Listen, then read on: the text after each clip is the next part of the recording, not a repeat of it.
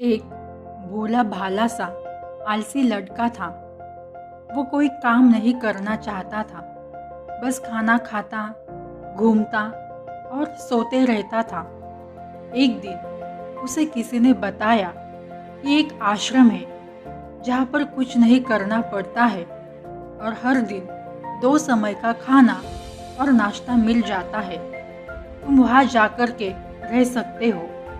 उस आलसी लड़के ने सोचा कि यह तो बहुत ही बढ़िया है और उसने आश्रम में जाकर रहने के बारे में सोचा और वह लड़का उस आश्रम में जाकर रहने लगा।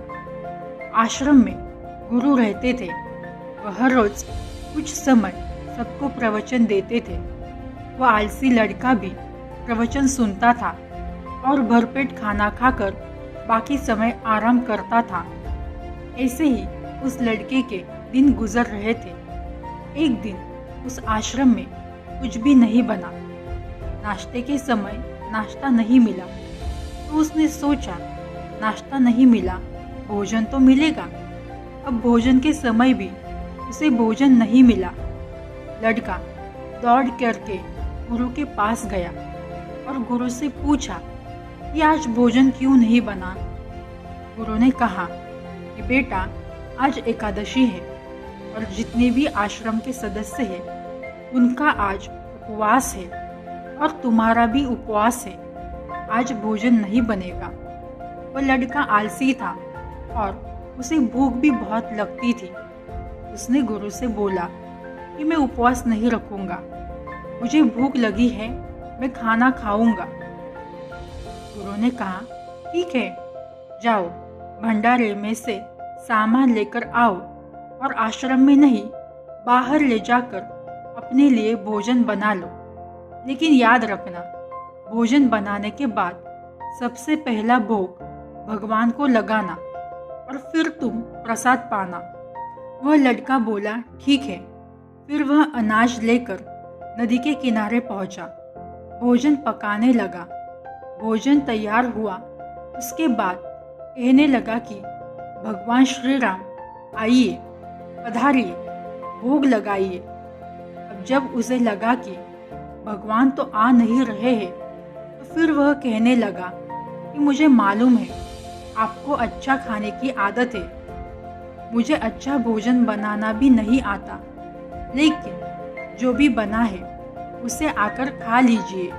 भगवान श्री राम उसकी सरलता पर बहुत ही प्रसन्न हुए और उस लड़के को दर्शन देने हेतु आ गए। उसने देखा कि भगवान श्री राम आए हुए हैं और उनके साथ में माता सीता भी आई हुई है। लेकिन लड़के ने तो सिर्फ 2 लोगों के लिए ही भोजन बनाया था, एक अपने लिए और दूसरा भगवान के लिए। और अब क्योंकि भगवान के साथ माता सीता भी आई हुई थी तो उसने उस भोजन को माता सीता और भगवान के सामने ग्रहण करने के लिए रख दिया। भगवान श्री राम और माता सीता ने भोजन किया और उसके बाद जब वह जाने लगे तो वो भोला आलसी लड़का बोला कि प्रभु, आप आए, दर्शन दिए, बहुत अच्छा लगा। मुझे खाने को कुछ नहीं मिला, लेकिन कोई बात नहीं। लेकिन आपसे एक विनती है कि अगली बार जब आप आएंगे तो कितने लोग आएंगे ये बता दीजिए, ताकि मैं उतने लोगों के लिए भोजन बनाकर रखा करूँगा। भगवान श्री राम मन ही मन मुस्कुराए और फिर अंतर्ध्यान हो गए। दिन बीतते गए और फिर एकादशी का दिन आया तो इस बार वह 3-4 लोगों के खाने के लिए अनाज लेकर नदी किनारे पहुंचा। उसने बड़े प्रसन्नता से भोजन बनाया और इंतजार करने लगा कि प्रभु आएंगे और भोग लगाएंगे। इस बार लड़का देखता है कि भगवान श्री राम पूरा राम दरबार लेकर के आए हैं। जैसे माता सीता, लक्ष्मण, भरत, हनुमान जी और भी लोग आए हैं। लड़के ने 3-4 लोगों का भोजन बनाया था और इस बार भी भोजन कम पड़ गया। लड़के ने निराश होकर भोजन को प्रभु के आगे रख दिया। उन्होंने भोजन किया और फिर चले गए और और इस बार भी लड़का फिर से भूखा रह गया। अब लड़का फिर आश्रम गया। दिन बीतते गए और फिर एकादशी का दिन आ गया। इस बार उसने गुरु से कहा कि मुझे इस बार थोड़ा ज़्यादा अनाज चाहिए। गुरु सोचने लगे कि यह इतने सारे अनाज का क्या करता है, कहीं इसे बेचता तो नहीं। फिर गुरु ने उससे पूछा कि क्या तुम भूख से परेशान रहते हो? लड़के ने कहा कि नहीं गुरुजी, मैं भूख से परेशान नहीं हूँ। प्रभु के साथ बहुत लोग आते हैं, उनके लिए भी भोजन करना पड़ता है। गुरु को लगा कि यह लड़का पागल हो गया है, लेकिन गुरु ने सोचा कि चलो एक बार चलकर देखते हैं कि लड़का इस अनाज का क्या करता है। वो भोला सा लड़का अनाज लेकर नदी किनारे पहुंचा और इस बार भोजन बनाया नहीं। उसने सोचा कि प्रभु हर बार ज़्यादा लोगों को लेकर आते हैं, इस बार वह जितने भी आएंगे खुद बना करके भोग लगा लेंगे। और वह बड़े प्रेम से प्रभु को बुलाने लगा।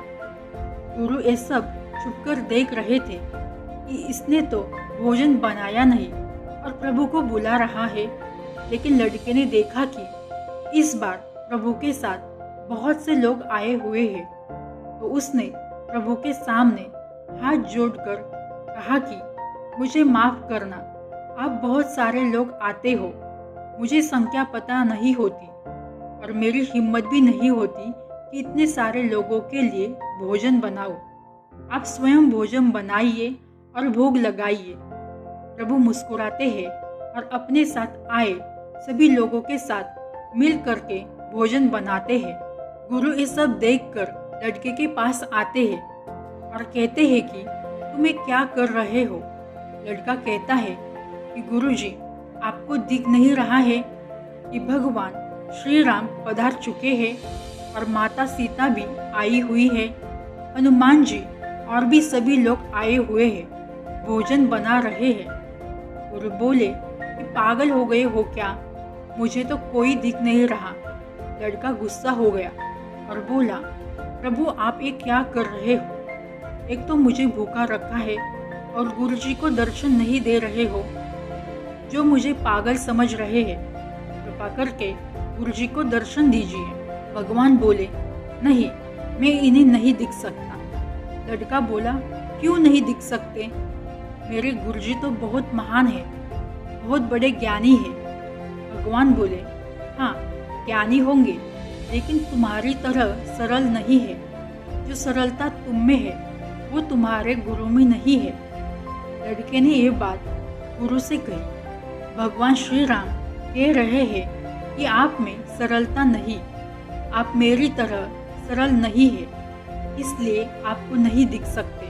गुरु की आंखें नम हो गई और रोने लगे और बोले, बिल्कुल सही कहा, मेरे अंदर तुम्हारे जितनी सरलता नहीं है। और फिर माफ़ी मांगने पर भगवान ने गुरु को भी दर्शन दिए। ये कहानी हमें सिखाती है कि जीवन में सरलता सबसे आवश्यक है। जितने सरल बने रहेंगे उतना जीवन में आगे बढ़ते चले जाएंगे।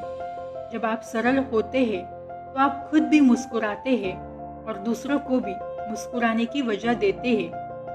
अगर यह कहानी आपको पसंद आई हो तो हमें कमेंट में लिखकर ज़रूर बताना और आगे ऐसे ही अच्छी अच्छी कहानियाँ सुनने के लिए चैनल को ज़रूर सब्सक्राइब करें। धन्यवाद।